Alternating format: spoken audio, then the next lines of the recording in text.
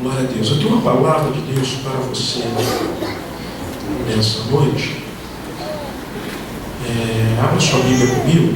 João capítulo 11. Nós vamos ler dois textos. Nós vamos fazer uma leitura um pouco extensa. Nós vamos fazer.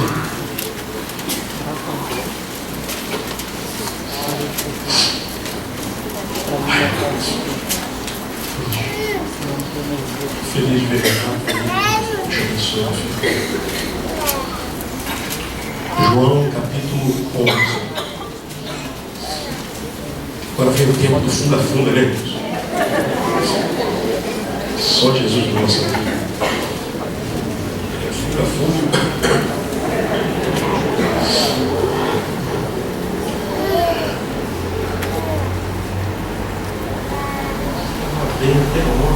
Só Jesus. Vamos lá, João 11. Você achou? Diga amém. Amém. Você não achou? Diga espera aí, pastor. Então eu vou esperar.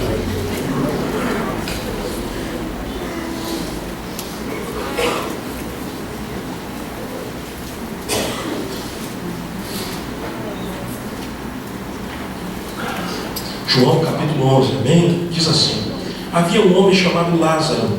Ele era de Betânia, do povoado de Maria e sua irmã Marta. E aconteceu que Lázaro ficou doente. Maria, sua irmã, era a mesma que derramara perfume sobre o Senhor e lhe enxugara os pés com os cabelos. Então as irmãs de Lázaro mandaram dizer a Jesus: Senhor, aquele a quem amas está doente.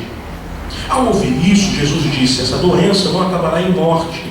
É para a glória de Deus, para que o Filho de Deus seja glorificado por meio dela. Jesus amava Marta, a irmã dela, e Lázaro. No entanto, quando ouviu falar que Lázaro estava doente, ficou mais 2 dias onde estava. Depois disse aos seus discípulos: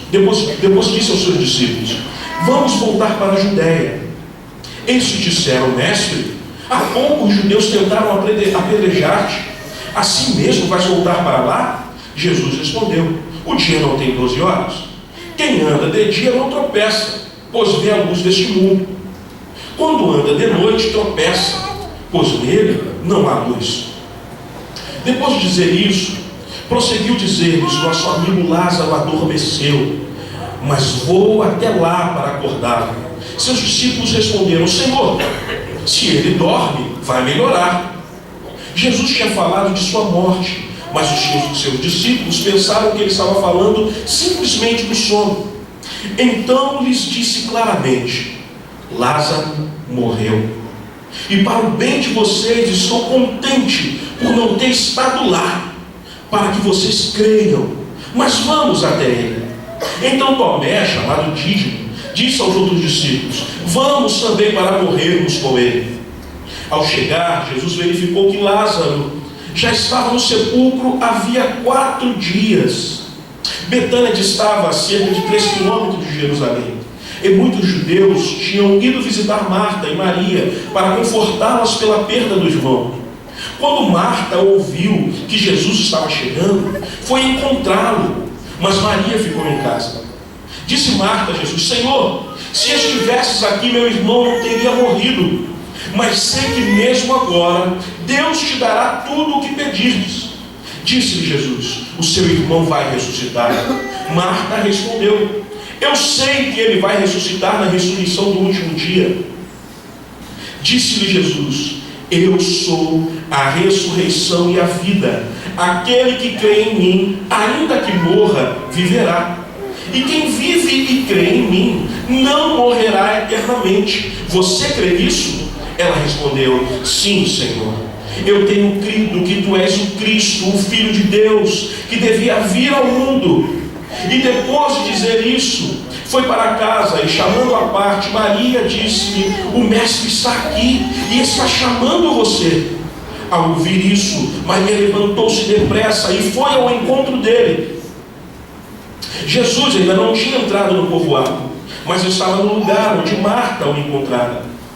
Quando notaram que ela se levantou depressa e saiu, os judeus que estavam a confortando em casa seguiram-na, supondo que ela ia ao sepulcro para ali chorar. Chegando ao lugar onde Jesus estava e vendo-o, Maria prostrou-se aos seus pés e disse: Senhor, se estivesses aqui, meu irmão não teria morrido. Ao ver chorando Maria e os judeus que a acompanhavam, Jesus agitou-se no espírito e perturbou-se. Onde o colocaram? Perguntou ele. Vem e vê, Senhor, responderam eles. Jesus chorou. Somente um pouquinho. Eu lhe convido a você agora a ir para o Evangelho segundo Paulo, Romanos. Para Romanos. É o Evangelho segundo Paulo. Romanos, capítulo 5.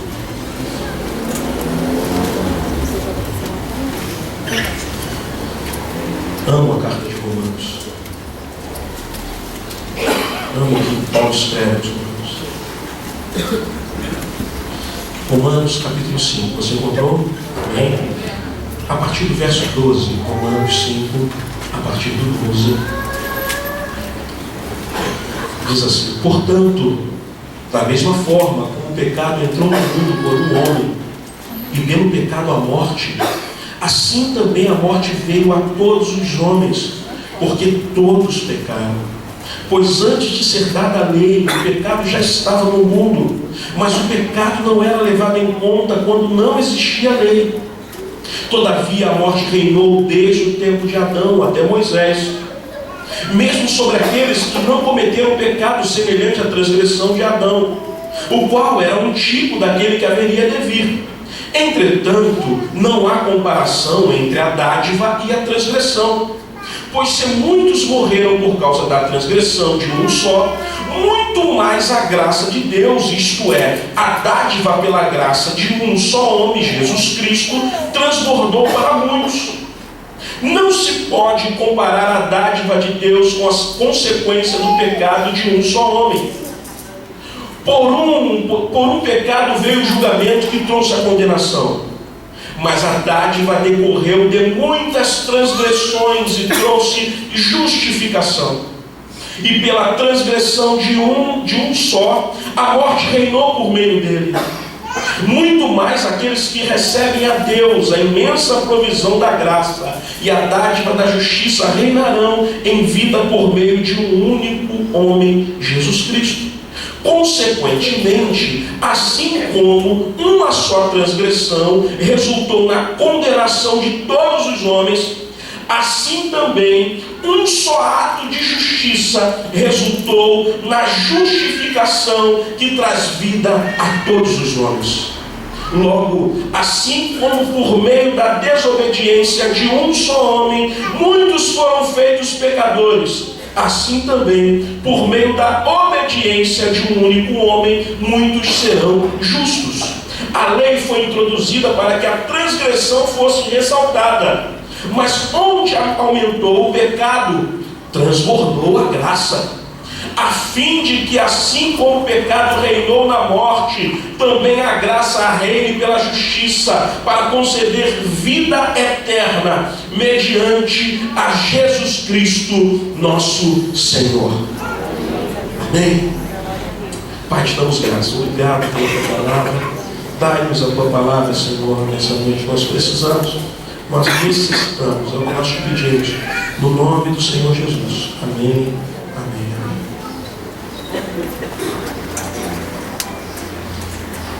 Eu vou tentar ser breve, apesar que a compreensão, a leitura que a gente fez foi uma leitura extensa, mas eu vou tentar ser breve nessa minha exposição. Lázaro era amigo de Jesus, como nós vimos no texto. O texto também diz que Jesus amava Lázaro, Marta e Maria. Jesus amava essa família. Por isso que quando Lázaro ele adoece e suas irmãs percebem a gravidade da doença, que não só elas mandaram avisar quando Jesus ou quando Lázaro estava doente, mas quando elas perceberam a gravidade da doença, elas resolvem avisar Jesus. elas resolvem ir até Jesus, elas resolvem mandar alguém chamar Jesus. O interessante é que eu encontro dois motivos o porquê Jesus ele foi chamado. O primeiro motivo é porque elas reconheciam em Jesus a divindade, reconheciam que Jesus Cristo é o Messias, reconheciam que Jesus Cristo é o Filho de Deus. Isso o texto vai dizer.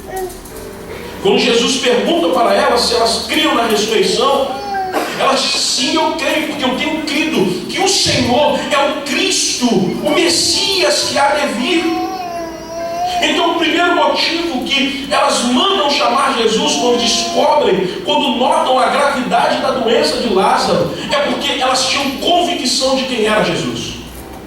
Elas tinham convicção que Jesus é o Filho de Deus.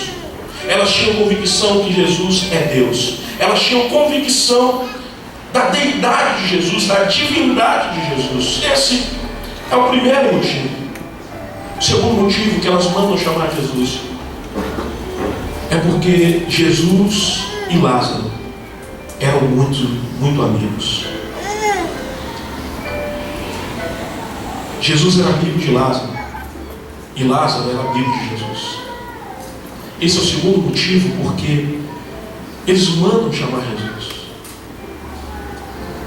E Jesus ele valorizava a amizade. A amizade para Jesus era coisa séria. Estou falando de amizade, não estou falando de coleguice, não estou falando de colega, estou falando de amigo. Jesus valorizava tanto essa coisa de amizade que ele fala para os discípulos: olha, eu não vos chamo mais de servo, porque o Senhor ele não dá nenhuma satisfação ao servo. O servo não sabe o que faz o seu Senhor, mas eu vos chamo de amigos. Porque tudo quanto ouvi de meu Pai, vos tenho feito conhecer. O que Jesus está falando? Porque todo o segredo que eu e o Pai conversamos, eu vou contar para você. Segredo a gente só conta para mim. Você não conta para qualquer um, você não conta a sua vida para qualquer um. Então o segundo motivo por que Jesus é chamado na casa de Lázaro é porque eles eram amigos. E Jesus levava a amizade a sério. Como o texto diz, Jesus ele ainda se demorou mais 2 dias para ir ao encontro de Lázaro, para ir a Betânia. Eu não quero me prender ao milagre propriamente dito, por isso eu estou fazendo uma passagem panorâmica sobre esse texto, bem rápida, e você conhece esse texto.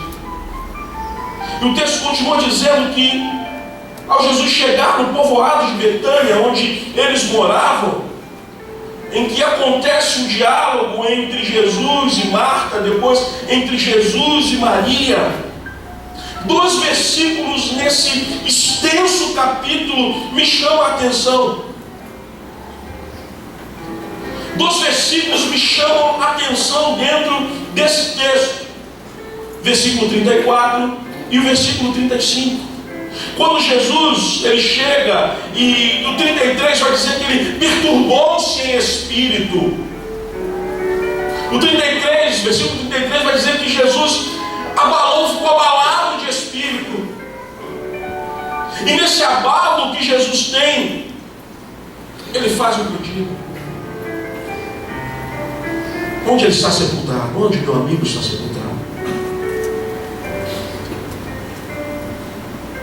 Em que sepulcro Lázaro está? Me leve onde ele está. Versículo 34. Versículo 35. Um dos versículos, menores versículos da Bíblia. Diz: Jesus chorou. Essa semana eu tirei para meditar nesse texto. Eu ministrei aqui na quarta de manhã, dentro desse texto também. Só que eu parei aqui, Jesus chorou. Muito me intrigou, eu comecei a me perguntar por que Jesus chorou. Qual o motivo do choro de Jesus? Porque Jesus derramou lágrimas, e esse é o tema dessa mensagem: lágrimas de Jesus. que ele chorou? A princípio parece uma pergunta retórica. Parece uma pergunta que já tem explicação, que está notória. Mas eu fiquei me perguntando. Por que parece retórica? Porque o lugar onde Jesus foi ver onde Lázaro estava sepultado era um local de tristeza, um sepulcro. O local onde Jesus está chorando, o local onde Jesus chora, é um local de choro, é um local de perda, é um local de separação, é um local de ruptura, é um local de amputamento, é um local onde você leva aquele ente querido e que ele fica lá e você vem embora e que nunca mais você vai ver ele nessa vida. Então, a priori, o local onde Jesus estava era propício ao choro. O local onde Jesus estava era normal. Se você passar num parque de diversões e ver alguém chorando, ou é porque está passando mal, ou porque aconteceu alguma coisa. Não é normal você encontrar alguém num parque de diversões, alguém chorando. Mas se você passar em frente ao cemitério e encontrar alguém chorando, é normal você encontrar alguém chorando no cemitério. Então, à primeira vista, o local onde Jesus chorou, era normal ele chorar. Era um sepulcro. Foi a ruptura, a separação de Jesus e de seu amigo Lázaro.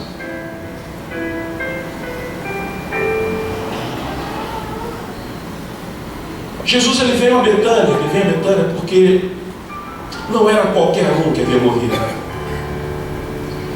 Quem havia morrido era o seu amigo Lázaro. E nada extraordinário também dele chorar, porque era um amigo. É normal você chorar porque um amigo seu morreu. É ou não é?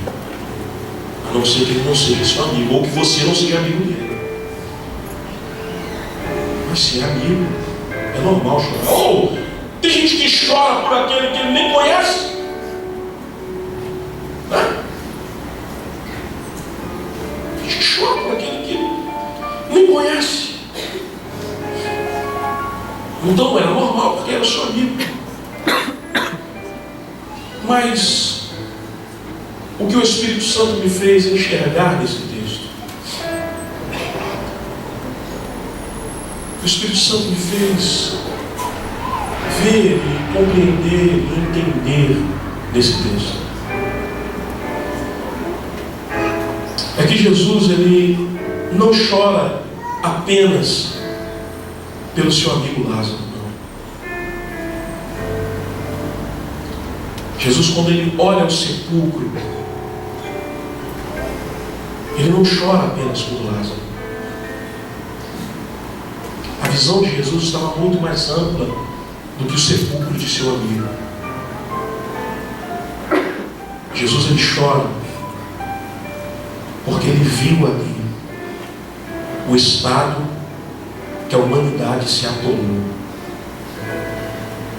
Jesus, quando ele olha para o sepulcro, ele chora porque ali é o fim de todos os homens. Porque a sepultura é um caminho, é um lugar que homem nenhum poderia correr desse lugar. Poderia fugir desse lugar e dizer que não, eu não vou, eu não entro, eu não quero. Ninguém poderia dizer isso. Ele chora porque ele vê para onde o pecado levou a humanidade. Por isso que nós lemos esses dois textos. O texto da morte e ressurreição de Lázaro e o texto de Romanos 5, onde vai explicar o porquê que Todo homem morre. O texto que vai explicar que através de um homem o pecado entra na humanidade, na história da humanidade. E o pecado não vem sozinho, ele vem acompanhado pela morte.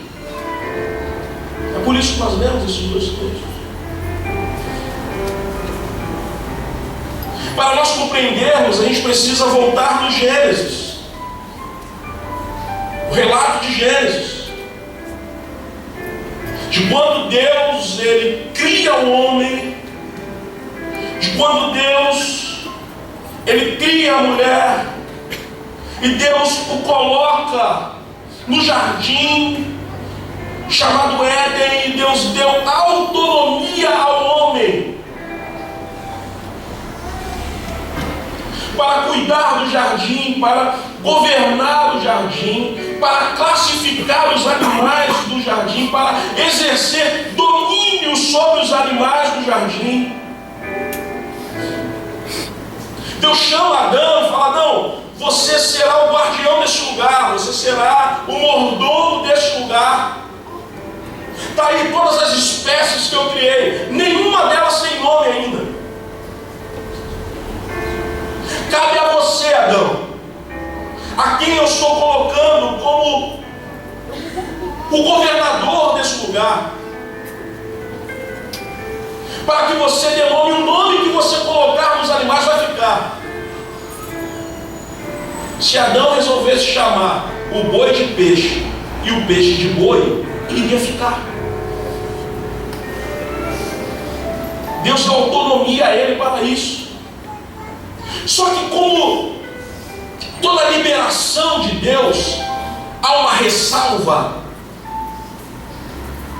Passeando Deus no jardim com Adão, ele diz: Adão, veja, além dos animais, além de tudo que eu criei ainda espécies no mundo vegetal. Eu criei plantas, algumas comestíveis, outras não. Das comestíveis, todas elas você poderá comer. Toda árvore frutífera você poderá comer. Todas elas, Senhor. Sim, Adão, todas elas. Eu criei isso para você. Eu criei Eva para que você se multiplique, para que vocês tenham filhos e eles também sejam herdeiros de tudo isso. Mas venha comigo, Adão.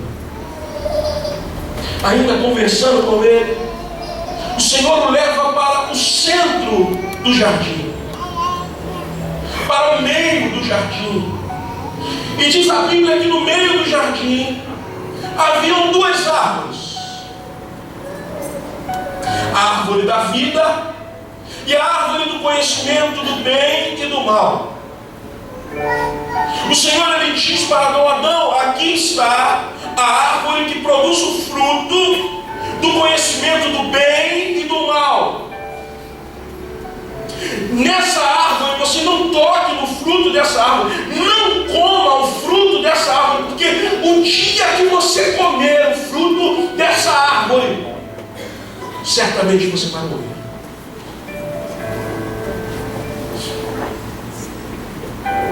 Certamente morrerás no dia que você provar desse fruto, no dia que você comer desse fruto.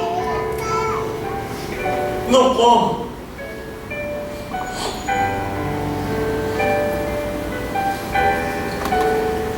E o que quer dizer essa árvore do conhecimento do bem e do mal?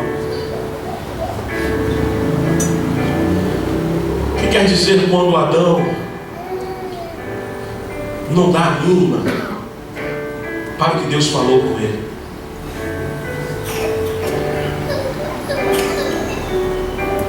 Adão, ele resolve pagar para ver. Ele quer provar do fruto da árvore do conhecimento do bem e do mal.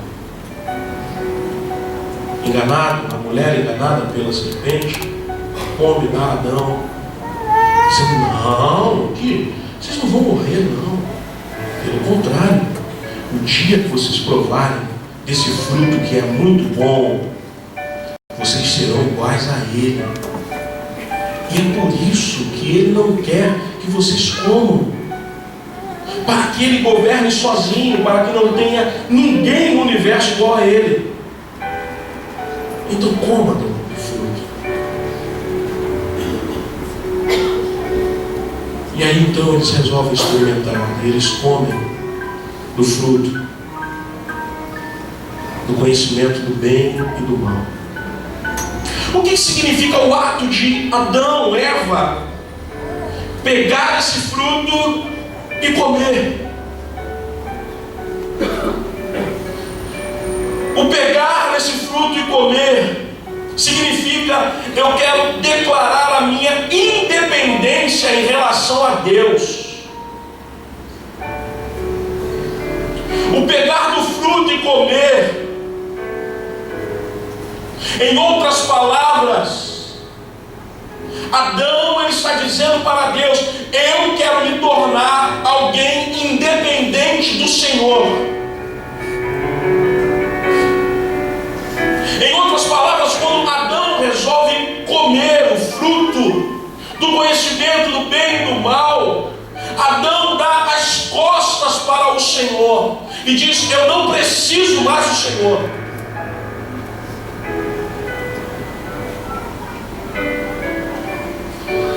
Quando ele come desse fruto, ele diz: eu quero viver, eu quero assumir a minha prerrogativa da minha vida, eu quero me sustentar, eu quero me sustentar em vida, sem precisar de ti, Senhor.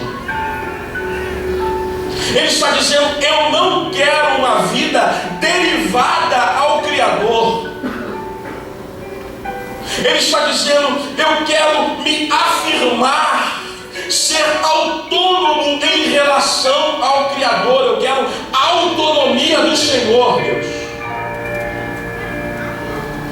Eu quero desvencilhar a minha imagem da sua imagem. Porque hoje todos olham para mim, Adão, homem, e ligam a minha imagem, o meu nome é o nome do Senhor. Então eu vou comer desse fruto, porque eu não quero que jamais quem olhar para mim lembre do Senhor. Eu quero ser independente.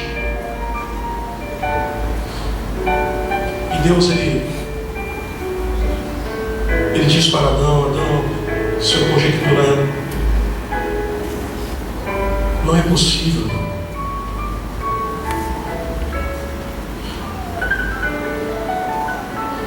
Não é possível que você tenha vida sem estar ligado em mim.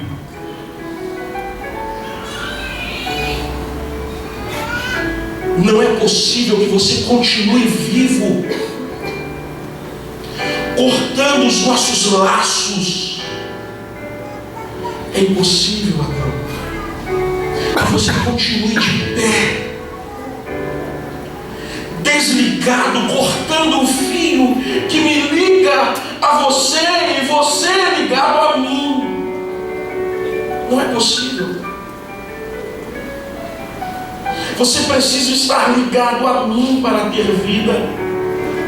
Para ter vida e ter vida com qualidade divina. Não era apenas ter vida, mas era ter vida com qualidade divina. É necessário que a minha vida em você, que haja a minha vida em você.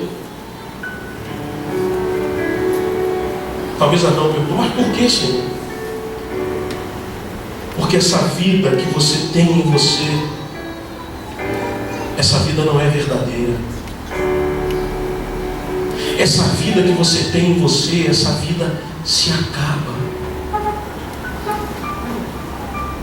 Essa vida que você tem em você, desligado de mim, é como uma vela, e que está grande, você acende, mas ela vai comendo, gastando o breu, a cera, gastando.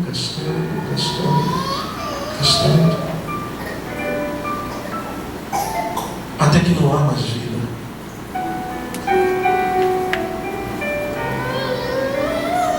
Ele diz, mas eu quero me desligar do Senhor. E eu trouxe o nosso amigo ventilador. Liga para mim. Liga aí para mim.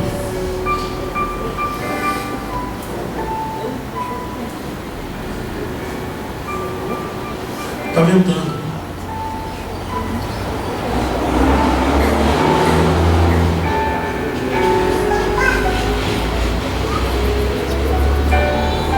Ele está ligado. Adão, enquanto você estiver ligado em mim, você está ventando. Mas o dia que você se desligar de mim, Adão, você para de ventar.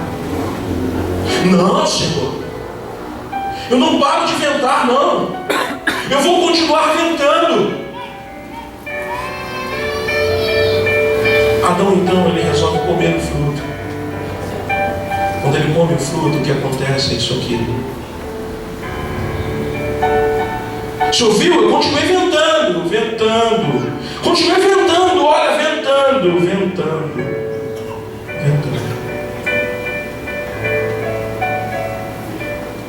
Mas parou de ventar.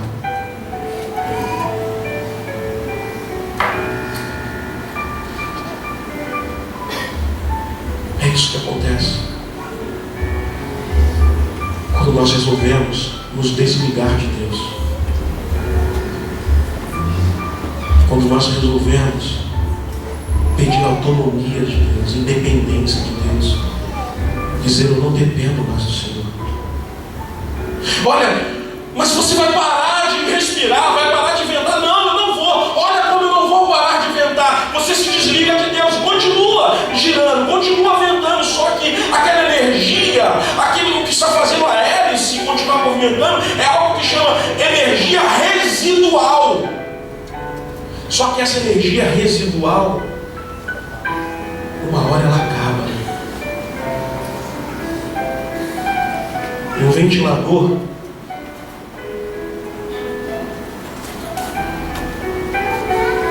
sem estar ligado na energia, não serve para nada.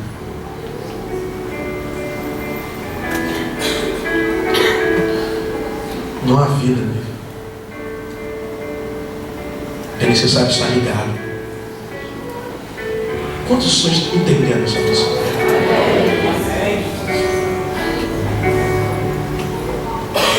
Se não estiver ligado, não há vida. A vida sem Deus, ela é mortal. Adão, quando se desliga de Deus, ele se torna um ser humano que vai morrer. É por isso que o Senhor, quando chega diante do sepulcro de Lázaro, ele não vê apenas o sepulcro de Lázaro, mas ele vê o Éden. Ele vê isso aconteceu porque lá o homem resolveu se desligar de Deus. Isso que acontece é quando aqui atrás alguém se desliga de Deus. Alguém diz, eu não preciso mais de Deus. Eu não preciso estar ligado em Deus. Desligue e eu vou continuar vivendo. Talvez você que está aqui hoje, talvez se desligou do Senhor e você está dizendo, não estou vivo. Talvez seja a energia residual que ainda está em você. Um dia essa energia, ela pode parar.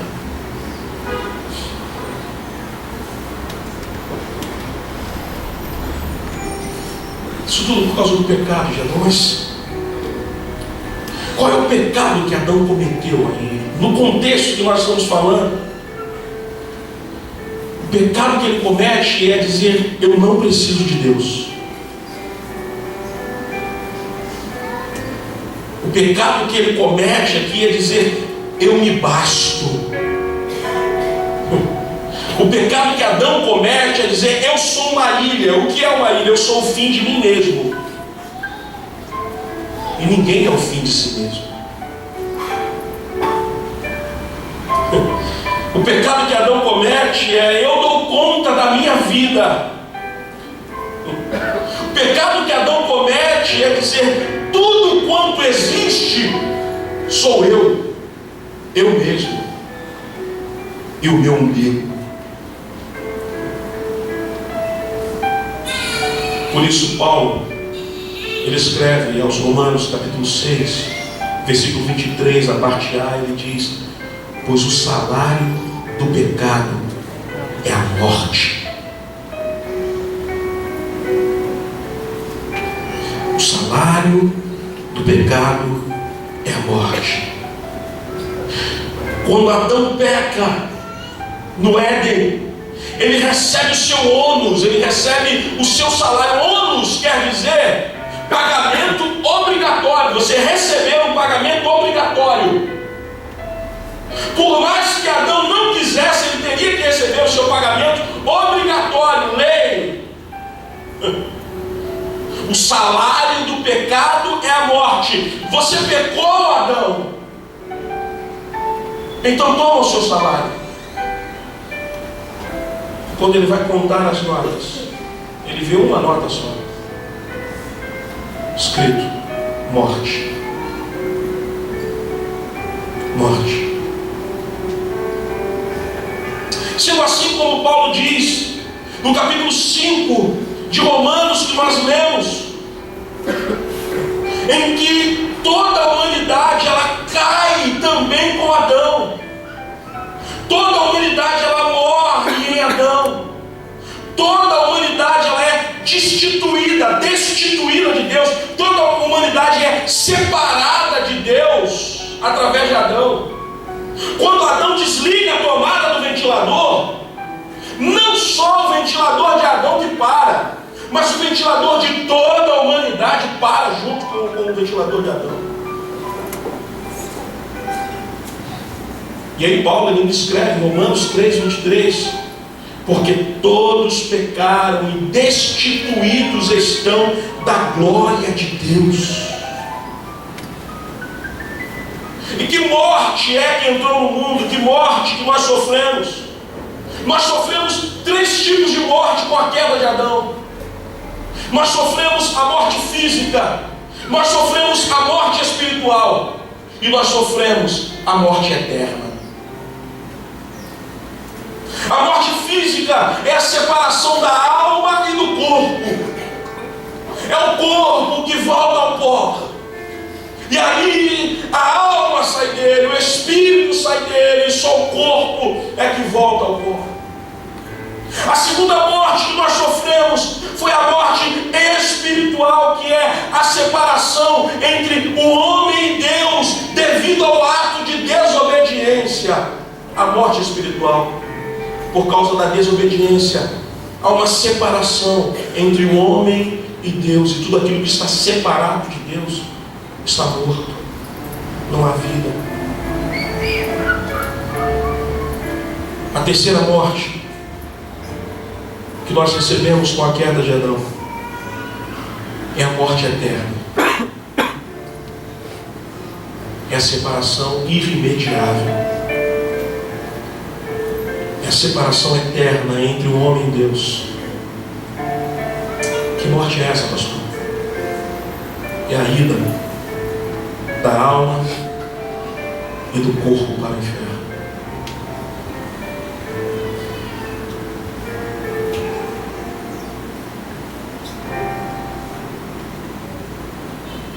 Essa é a morte mais terrível que o homem sofreu com a queda de Adão. A morte eterna, que separa o homem eternamente de Deus, irremediável, sem retorno. inconsertável, incolável, definitivo. É nesse contexto que Jesus chora. O estado da depravação que o homem se atolou. O homem ele se encontra num abismo tão profundo que com suas próprias forças é impossível que o homem se salve. O homem está endividado, atolado em dívidas, e a dívida que esse homem tem, ou com quem ele tem essa dívida, é com um ser eterno. E se você tem uma dívida com um ser eterno, quer dizer que a sua dívida ela é eterna.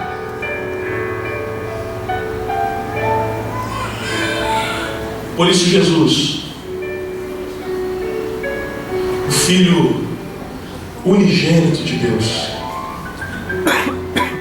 a segunda pessoa da Trindade, 100% Deus, 100% homem, perfeito homem, perfeito Deus, eterno, Criador de todas as coisas, sustentador de todas as coisas. Ele se destitui de toda a sua glória, como Paulo escreve aos Filipenses, e ele mergulha fundo na humanidade. Ele se encarna, homem, como eu e você, passivo de dores, como eu e você. Homem capaz de se entristecer, como eu e você, de se decepcionar, como eu e você. Homem capaz de chorar, assim como ele chorou diante do sepulcro de Lázaro. Jesus, ele mergulha na humanidade, torna-se homem, torna-se um de nós, assume a nossa condição humana, se esvazia de toda a glória, assume a forma humana e traz para si o ônus da condição humana. Ele traz para si a pena, traz para si, ele pega da condição humana, ele pega daquilo que nós herdamos de Adão, ele pega aquilo que estava sobre a vida de Adão, sobre a vida de todos os homens, ele pega isso para ele. E que ônus é esse? Que pagamento, que dívida é essa que ele pega para ele? É a maior desgraça que poderia acontecer na vida de um homem. Ele pega para si a minha e a sua morte.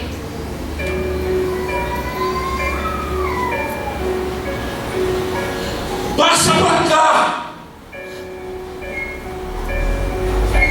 me dá aqui. Essa dívida não é mais deles, agora é minha. Por isso, no capítulo 5 de Romanos, vai dizer que por um homem o pecado e a morte entram no mundo, mas também por um homem a graça redentora alcança também todos os homens. A misericórdia alcança todos os homens. A salvação alcança todos os homens. O perdão dos pecados alcança todos os homens através de Jesus.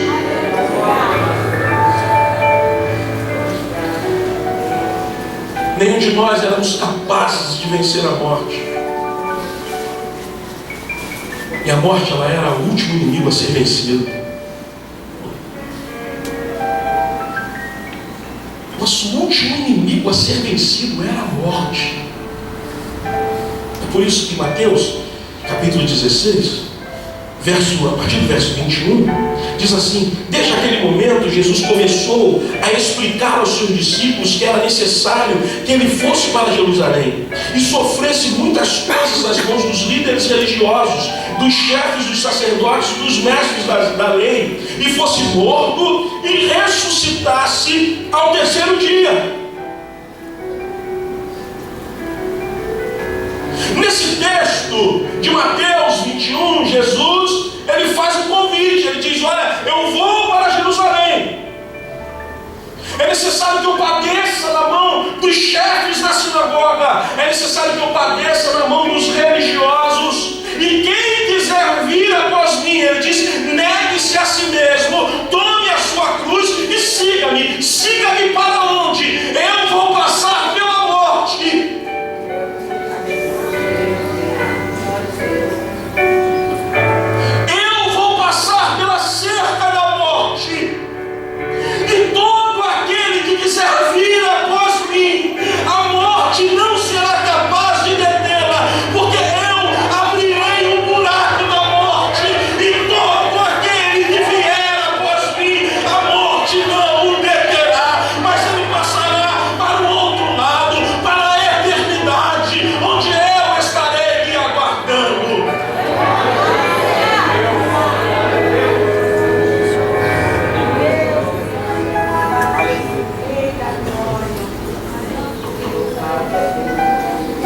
O convite é seguir a Jesus.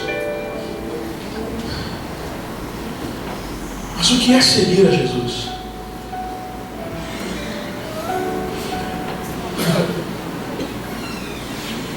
Seguir a Jesus é mergulhar na morte.